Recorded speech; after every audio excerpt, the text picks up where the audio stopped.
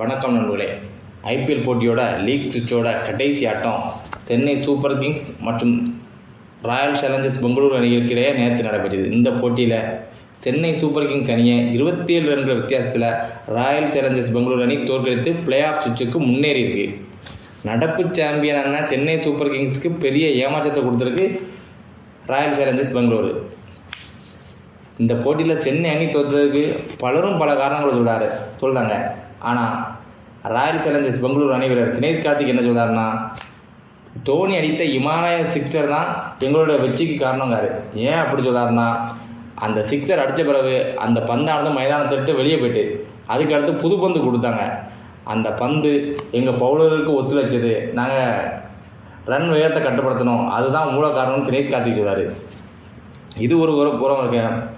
அந்த போட்டி தோல்வியில் முடியும் போது டோனியோட கலங்கிய முகத்தை பார்த்து அவரோட ரசிகர்கள் பெரிய அளவில் வருத்தடைஞ்சாங்க.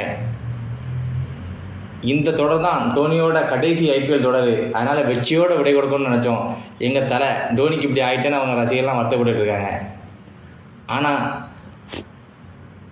முன்னணி வீரர்கள், முன்னாள் வீரர்களும் தற்போதைய வீரர்கள் என்ன சொல்கிறாங்கன்னா, டோனி இன்னொரு 3 வருஷம் விளையாடணும் அப்படின்னு சொன்னாங்க.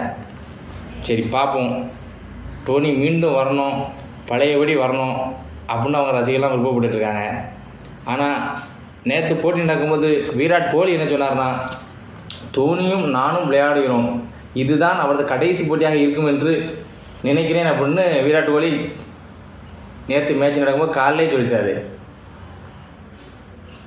அடுத்து ரவி சாஸ்திரி முன்னாள் பயிற்சியாளர் அவர் என்ன சொல்லியிருக்காருன்னா, ஐபிஎல் போட்டியின் கடைசி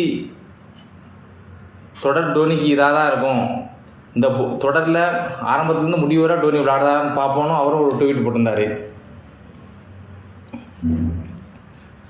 அதேபோல் சென்னை அணியோட முன்னாள் வீரர் மைக் ஹென்ரி என்ன சொல்லியிருக்காருன்னா, டோனி இன்னும் 3 வருஷம் விளையாடணும் அப்படின்னு சொல்லியிருக்காரு.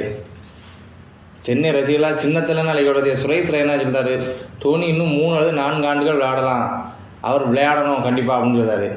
சென்னை ரசிகர்லாம் என்ன நினைக்காங்கன்னா, சென்னை அணியோட செல்ல பிள்ளை எங்களின் தலை டோனி இந்த தொடர் கடைசி தொடராக இருந்தாலும் சென்னை சூப்பர் கிங்ஸாக பல கோப்பைகளை பெற்றிருந்தவர், வெற்றியோடு விடை கொடுக்கணும்னு நினச்சோம், முடியலை.